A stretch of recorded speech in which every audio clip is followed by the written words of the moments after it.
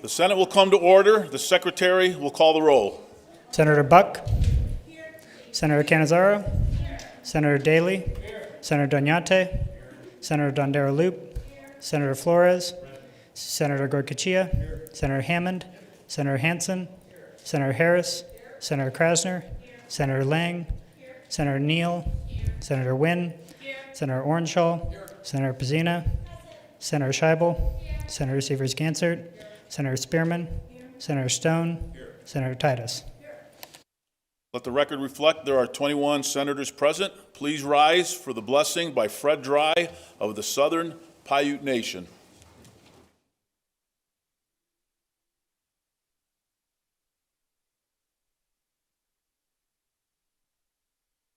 Otichuk Tukivun said, "Good morning, my friends. Let us pray." Tuwipun toroma pakant. Imi bachuan wa pakayov. Imu tukivun nungung ampakahum. Otu ampakavam. Kachum na nakwivangway. Otu ampakav. Ayuk, imi bachuan nu ampakan. Nu ampakan imi bachuk. Pakanicha. Kamiacha. Ayvak instu ipuraicha. Ayuk punikeak. Ungorak. Nuvavir. Ur air. Baur. Duvapur.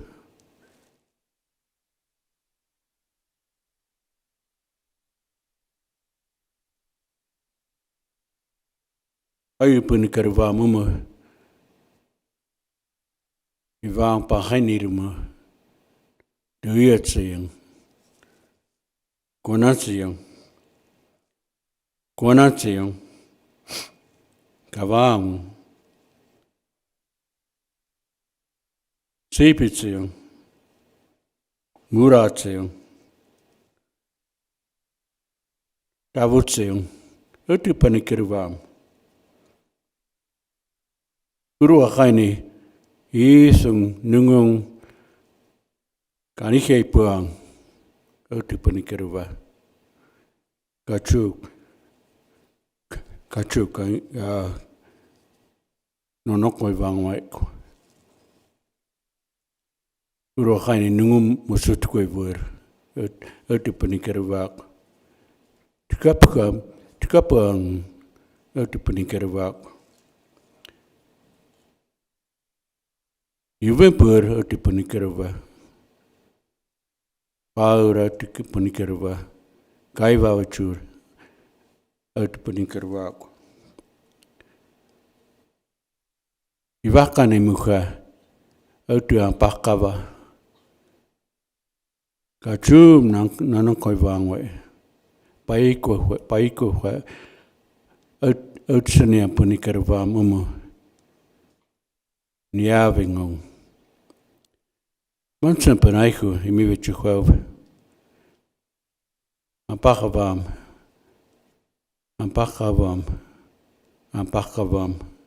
Mansan panaiku. Amen. Thank you. Please remain standing for the Pledge of Allegiance. I pledge allegiance to the flag of the United States of America and to the republic for which it stands, one nation, under God, indivisible, with liberty and justice for all. Thank you for coming out. Right, thanks a lot. Thank you for everything.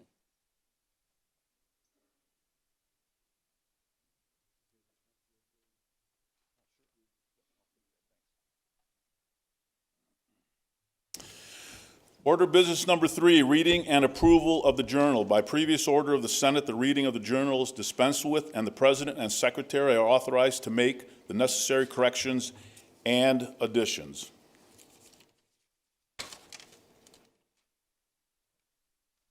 Order business number 9, motions, resolutions, and notices. Senator Cannizzaro. Thank you, Mr. President. I move that the news media personnel, as noted on the list at each senator's desk, be accepted and accredited as members of the press, and that they be allowed to use the appropriate media facilities in the legislative building.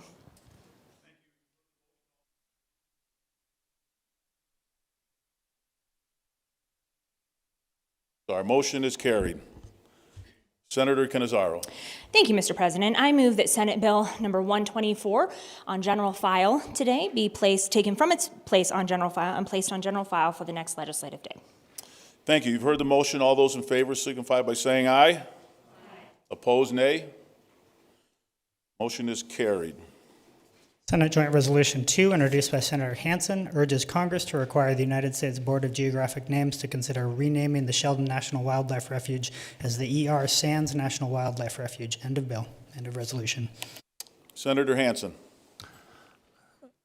Thank you, Mr. President. I move that SJR 2 be referred to your Committee on Natural Resources. Senator Hansen has referred Senate Joint Resolution number 2 to the Committee on Natural Resources. Are there any objections to the referral? If not, so ordered. That concludes order of business 9. All right, we will now go to order of business number 15, special orders of the day. This is a date designated to consider the vetoed bills of the 81st session. No motion from the floor are in order regarding the vetoed bills other than to move the previous question and to move no further consideration. The bills can be discussed but cannot be referred to a committee or amended. In order to override the veto, the bill must receive a 2/3 majority aye vote, which is 14 senators. An aye vote of less than 14 sustains the governor's veto, and the bill is dead. The bills will be considered individually. Will the secretary read the first vetoed bill and the governor's letter of objection? Senate Bill 254 of the 81st session, introduced by Senator Neal, revises provisions relating to discrimination in housing. Office of Governor Steve Sisolak, June 11th, 2021. To the Honorable Barbara K. Sagaski, Secretary of State, 101 North Carson Street, Suite 3, Carson City, Nevada, 89701. Dear Secretary Sagaski, I am forwarding to you for filing within the time limit set forth in the Nevada Constitution and without my approval, Senate Bill 254, which is titled as follows: An Act Relating to Discriminatory Practices, revising various provisions relating to discrimination in housing, providing civil penalties and other remedies for certain violations, authorizing the Nevada Equal Rights Commission to enter into certain agreements with the United States Department of Housing and Urban Development for the Commission to investigate and enforce laws relating to fair housing as a certified agency under federal law, providing that certain conduct relating to seeking an applicant or tenant's arrest record, conviction record, or record of criminal history constitutes an unlawful discriminatory practice in housing, and providing other matters properly relating thereto. SB 254 attempts to address two different issues. First, SB 254 would amend Nevada's housing discrimination laws to align with federal housing discrimination laws. This would allow the Nevada Equal Rights Commission to partner with the Federal Housing and Urban Development Agency to investigate housing discrimination complaints. Second, SB 254 attempts to limit the use of criminal background checks and criminal history as a reason for a landlord to refuse to rent a dwelling unit to an applicant. The intent of this part of the bill is to reduce recidivism and help people reintegrate into society by helping them to obtain stable housing. The first change in the bill expands the authority and responsibilities of the Nevada Equal Rights Commission to assist in pursuing housing discrimination complaints. While this change is good-intentioned, in reality, the effect will potentially deprive Nevadans of superior, cost-free, fair housing enforcement that is currently available to them via HUD and the United States Department of Justice Civil Rights Division. While the bill would ultimately allow the Nevada Equal Rights Commission to be certified as a substantially equivalent by HUD and become eligible for federal funding, it would also place upon the Nevada Equal Rights Commission and the Nevada Attorney General's Office the administrative requirements, burdens, and legal costs that the federal government has demonstrated to be able to successfully handle. While HUD would cover the cost of the Nevada Equal Rights Commission handling of cases now handled by HUD under its Fair Housing Assistance Program, the Fair Housing Assistance Program will not cover the significant legal cost of the Attorney General's Office associated with prosecuting cases. With the ongoing evictions and rental housing market challenges created by the COVID-19 pandemic, now is not the time to disrupt a process that is federally funded and effective for tenants. The second concern with SB 254 is the also well-intentioned provisions that propose to limit a landlord's ability to refuse leasing to applicants with certain criminal records. Unfortunately, any potential benefits of these provisions are outweighed by the highly problematic sections that would force landlords to rent their property to applicants with serious criminal records. SB 254 prohibits a landlord from refusing to lease an applicant with a criminal record, except in cases where the applicant was convicted of certain violent or sexual offenses or arson. While these exceptions are helpful, the bill would still require landlords to rent to people with convictions for other serious crimes, including drug dealing, burglary, theft, fraud, and others. The exception for arson is very narrow. Under this bill, a landlord can only refuse to lease to a person convicted of first-degree arson if the conviction occurred within the last year. First-degree arson means maliciously setting fire to a dwelling or to an occupied car or other vehicle. See NRS 205.010. This is a very serious offense that can result in numerous deaths and cause untold property damage. Forcing landlords to rent to such arsonists would create an unacceptable danger to other tenants. Additionally, SB 254 is drafted in a way that is unlikely to achieve its intended purpose. The criminal background check portions of the bill only apply to the rental of a residence in a building that contains 5 or more dwelling units and that is owned by a natural person. In other words, it completely exempts corporate landlords regardless of whether their buildings contain 1 or 500 dwelling units. It is doubtful that dwellings with 5 or more units that are owned by a natural person represent a significant part of the housing market. It also exempts single-family home landlords.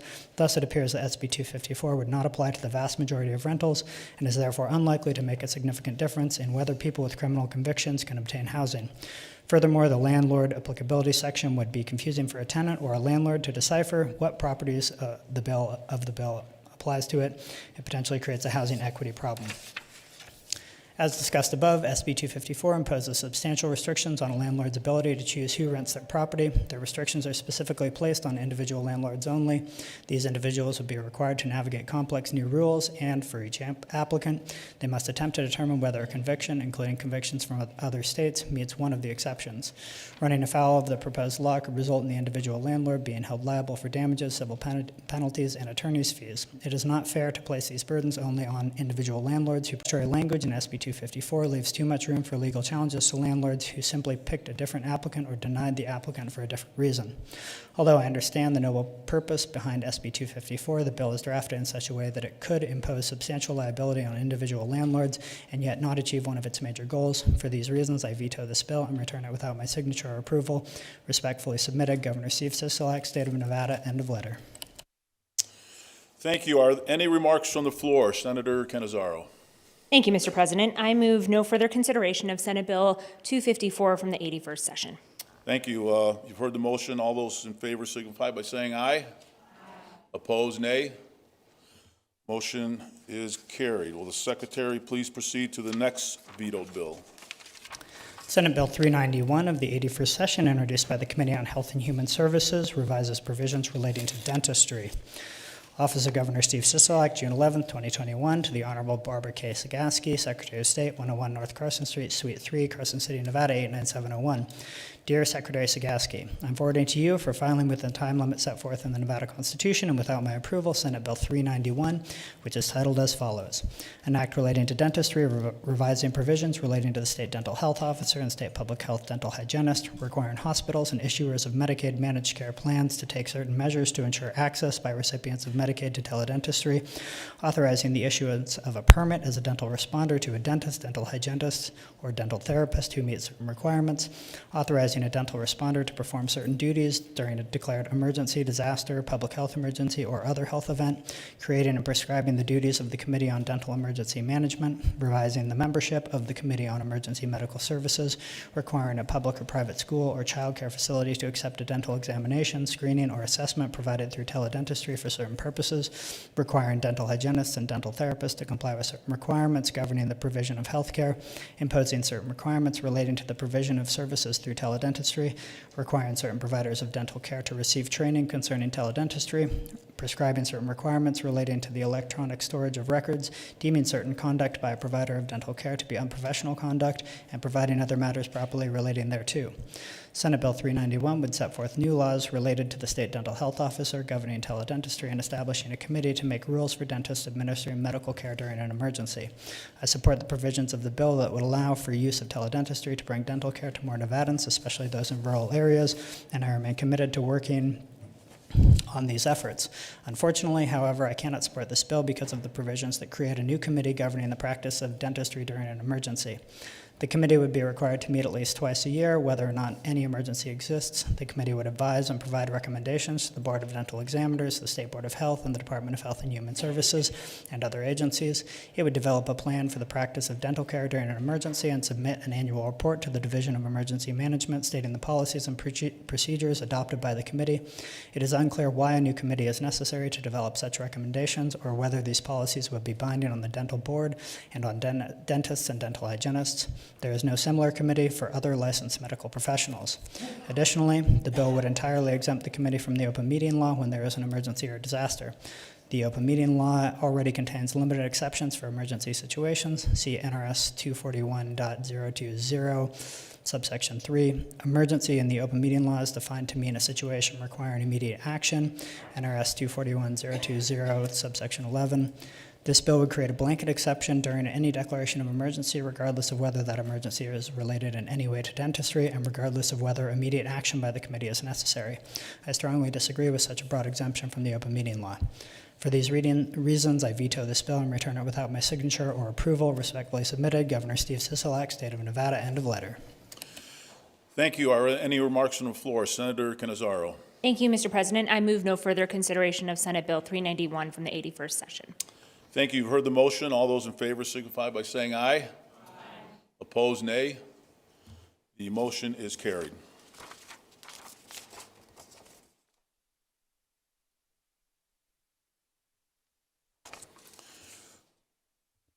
Order of business number 10, introduction, first reading, and reference. Senate Bill 140, introduced by Senators Hansen, Goycochea, Buck, Titus, and Stone, revises provisions relating to the distribution of the excise tax on live entertainment. End of bill. Senator Hansen. Thank you, Mr. President. I move that we refer SB 140 to your Committee on Revenue and Economic Development. Thank you. Senator Hansen has referred SB 140 to the Revenue and Economic Development Committee. Are there any objections? If not, so ordered. Senate Bill 141, introduced by Senators Hansen, Goycochea, Buck, Titus, Doñate, Krasner, and Stone, revises provisions related to wildlife. End of bill. Senator Hansen. Thank you, Mr. President. I move that we move Senate Bill 141 to your Committee on Natural Resources. Senator Hansen has referred SB 141 to the Natural Resources Committee. Are there any objections? If not, so ordered. Senate Bill 142, introduced by Senators Harris, Scheibel, Flores, Doñate, Daly, and Lang, enacts the Homeless Persons Bill of Rights. End of bill. Senator Cannizzaro. Thank you, Mr. President. I move that we suspend Senate Rule number 40 and refer Senate Bill 142 to the Committee on Judiciary. The bill provides for a legal right of action, and so therefore would be a better fit for the Judiciary Committee to hear. Thank you. You've heard the motion. All those in favor signify by saying aye. Aye. Opposed, nay. Motion is carried. SB 142 is referred to the Judiciary Committee. Senate Bill 143, introduced by Senator Neal, revises provisions relating to discrimination in housing. End of bill. Senator Neal. Mr. President, I make a motion to move SB 143 to the Committee on Government Affairs. Senator Neal has referred SB 143 to the Government Affairs Committee. Are there any objections? If not, so ordered. Senate Bill 144, introduced by Senators Lang, Krasner, Doñate, Hansen, Neal, Wynn, Pizzina, and Stone, establishes a credit against certain taxes for a taxpayer who donates money to a career and technical program tax credit organization that makes grants to programs of career and technical education. End of bill. Senator Lang. Thank you, Mr. President. I move that we send Senate Bill 144 to Revenue and Economic Development. Thank you. Senator Lang has referred SB 144 to the Revenue and Economic Development Committee. Are there any objections? If not, so ordered. Senate Bill 145, introduced by Senators Lang, Doñate, Daly, and Orenshaw, revises provisions related to employee misclassification. End of bill. Senator Lang. Thank you, Mr. President. I move that we move Senate Bill 145 to the Committee on Commerce and Labor. Senator Lang has referred SB 145 to the Commerce and Labor Committee. Are there any objections? Not so ordered. Senate Bill 146, introduced by Senators Lang, Spearman, and Duniate, revises provisions relating to health care. End of bill. Senator Lang.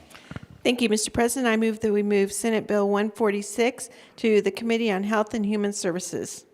Senator Lang has referred SB 146 to the Health and Human Services Committee. Are there any objections? If not, so ordered. Senate Bill 147, introduced by Senators Lang, Canizaro, Daley, Duniate, and Flores, makes changes relating to employment. End of bill.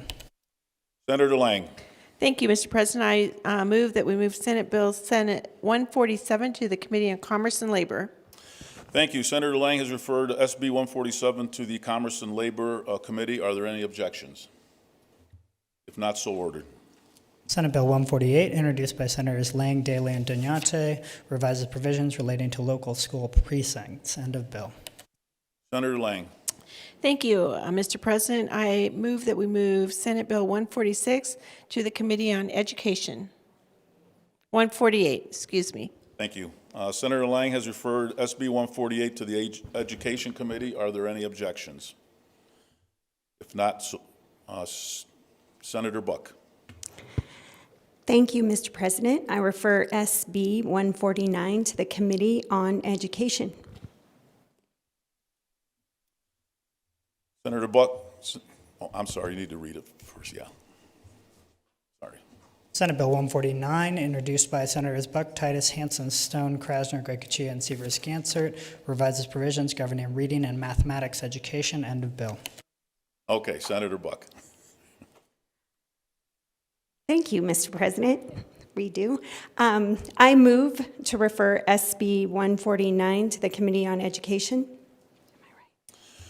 Thank you. Senator Buck has referred SB 149 to the Education Committee. Are there any objections? If not, so ordered. Also, SB 148 by Senator Lang has been referred to the Education Committee. Any objections on that one? All right, that also is ordered. Senate Bill 150, introduced by Senators Buck, Krasner, and Stone, revises provisions relating to psychological assistants, psychological interns, and psychological trainees. End of bill. Senator Buck. Thank you, Mr. President. I move to refer SB 150 to the Committee on Commerce and Labor. Thank you. Senator Buck has referred SB 150 to the Commerce and Labor Committee. Are there any objections? If not, so ordered. Senate Bill 151, introduced by Senators Buck, Krasner, and Stone, revises provisions relating to education. End of bill. Senator Buck. Thank you, Mr. President. I move to refer SB 151 to the Committee on Education. Thank you. Senator Buck has referred SB 151 to the Education Committee. Are there any objections? If not, so ordered. Senate Bill 152, introduced by Senators Buck, Severs-Gansert, Hanson, Goicoechea, and Stone, revises provisions relating to the discipline of pupils. End of bill. Senator Buck. Thank you, Mr. President. I move to refer SB 152 to the Committee on Education. Thank you. Senator Buck has referred SB 152 to the Education Committee. Are there any objections? If not, so ordered. Senate Bill 153, introduced by Senators Scheibel, Harris, Spearman, Flores, and Neal, and Assemblywoman Gonzalez and Peters, makes various changes relating to corrections. End of bill. Senator Scheibel. Thank you, Mr. President. I move that we refer Senate Bill 153 to the Committee on Judiciary. Thank you. Senator Scheibel has referred SB 153 to the Judiciary Committee. Are there any objections? If not, so ordered. Senate Bill 154, introduced by Senator Buck, revises provisions relating to health care. End of bill. Senator Buck. Thank you, Mr. President. I refer SB 154 to the Committee on Judiciary. Senator Buck has referred SB 154 to the Judiciary Committee. Are there any objections? If not, so ordered. Senate Bill 155, introduced by Senator Orenshaw, revises provisions relating to homeless persons. End of bill. Senator Orenshaw.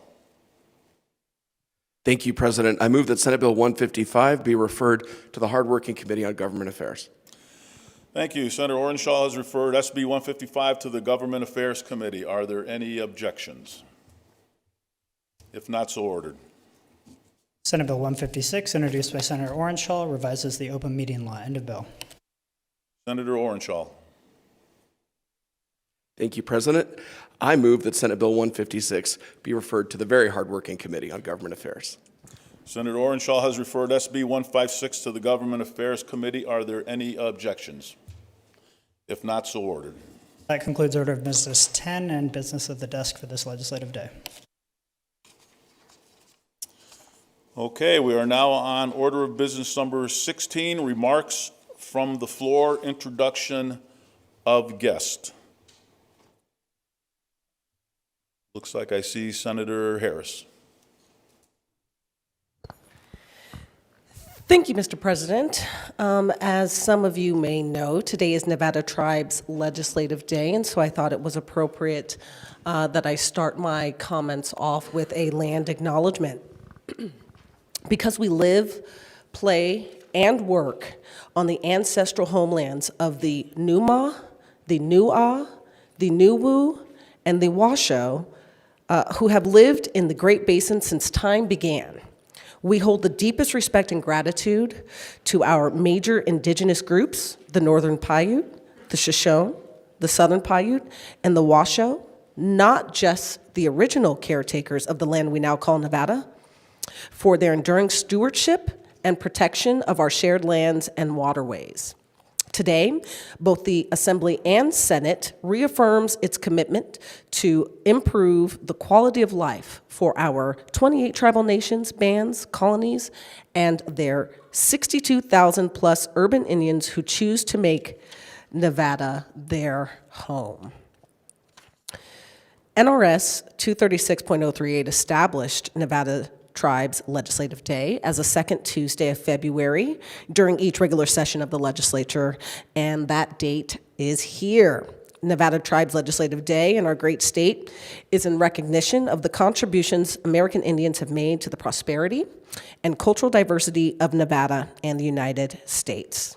Today, over 150 Native Americans, youth, elders, elected officials, educators, organizers, and community members have traveled to our state capitol to celebrate the rich, vibrant culture, history, and current lifestyles of the original caretakers of this land, which we now call Nevada.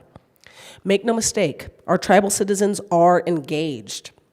As one tribal chair frequently says, what is good for Nevada is good for Indian country.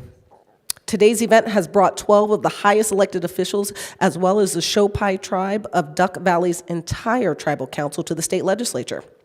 We are joined by over 50 Native American students, fifth graders through college-aged, to witness firsthand how the state legislature works, or sometimes doesn't, and how critical civic engagement is for all Nevadans. Please help me in recognizing the first people of this land, the Numa, the Nu'a, the Nuwu, and the Washoe, and all of our urban Indian participants.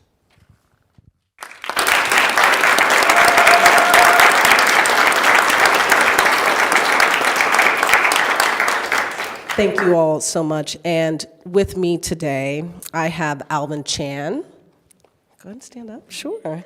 He's with the Native Voters Alliance Nevada. NVAN works to uplift the indigenous community through mobilizing voters, electing officials, and promoting legislation that benefits Native people. Please join me in making him feel welcome.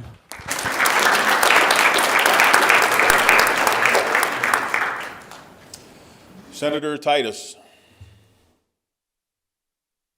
Thank you, Mr. President. I too have some tribal members with me at my desk, and this body has frequently heard that my family's been in Nevada since the 1880s. These women were quick to point out that their families have been here a lot longer than my families have, and I give them good credit for that.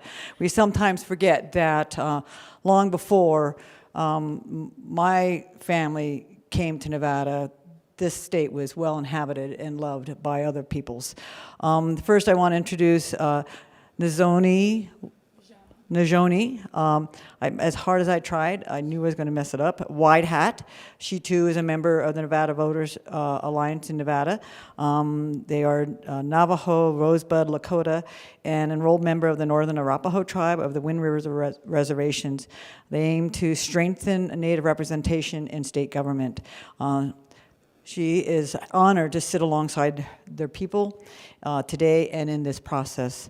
Also, I have with me, get this pulled up here, sorry. Never is as simple as it's supposed to be. Andrea Martinez is a treasurer of the Walker River Paiute Tribe and owner of Next Evolution Coffee Shop, which has received congressional and state recognition. Her passion in community and her philosophy is people over profit. She has served her community in law enforcement and worked on multiple military installations in Nevada, to include the Fallon Naval Air Station and the Hawthorne Army Depot. She is a marathon runner and enjoys personal development and spending quality time with her 4 young children. Martinez aims to influence and revitalize of sound working relationships with political representatives and to build a brighter future together. She strongly advocates for financial integrity while staying committed to building among strong foundations for future generations. Please help me welcome both to this legislative process.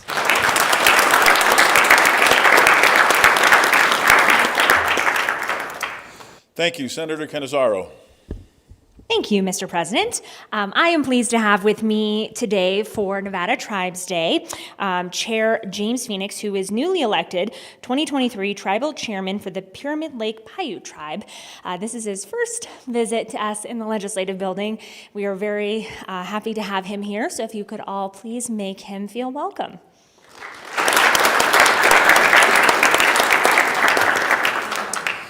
Thank you. Senator Daley.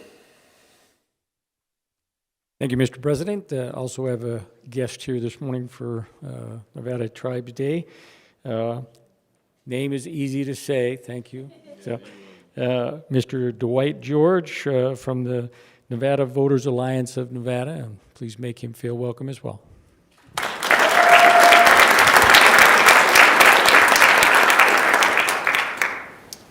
Thank you. Senator Flores. Thank you, Mr. President. I am also joined by an esteemed guest. I am joined by Janet Patty, who is a proud Navajo and is also here with the Native Voters Alliance of Nevada. She was raised in the Las Vegas urban Indian community, also went to UNLV and had an opportunity to go out to school in the East Coast. And as you all know, they'll be walking around, so just make sure you make her feel welcome and have an opportunity to sit down and hear about some issues that are very important to them. If you could give her a warm welcome, please.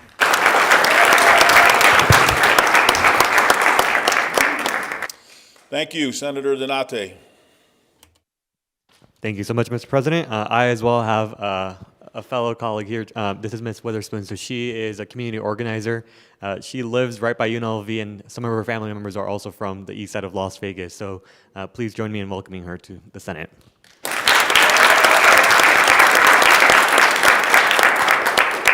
Thank you. Senator Neal. Thank you, Mr. President. I have the pleasure of introducing the Executive Director, Ms. Taylor Patterson of the Native Voter Alliance, Nevada Native Voter Alliance for Nevada.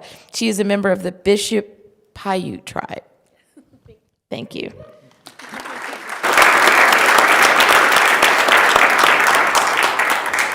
Thank you. In addition, it's my great pleasure to join this body in acknowledging that we gather today on the ancestral homelands of those who have lived in the Great Basin since time began. As chairman of the Nevada Commission on Tourism, I'm particularly honored to serve with Brian Wadsworth of the Nevada Indian Commission.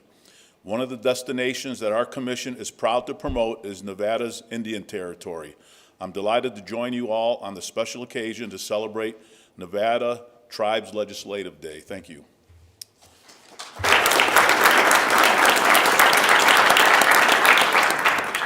All right, Senator Cannizzaro. Thank you, Mr. President. And I think we are all really excited to have Tribes Day here at the Nevada Legislature. I have just a couple, well, I guess maybe one announcement.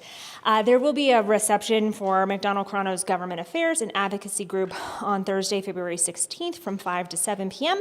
at Great Basin Brewing Company. And so I believe everyone's staff should have received that invitation, and certainly they welcome you all to join. With that, Mr. President, I move that the Senate stand in adjournment until the hour of 11 a.m. on Wednesday, February 15th, 2023. Thank you. You heard the motion. All those in favor signify by saying aye. Opposed? Motion carries. We are adjourned.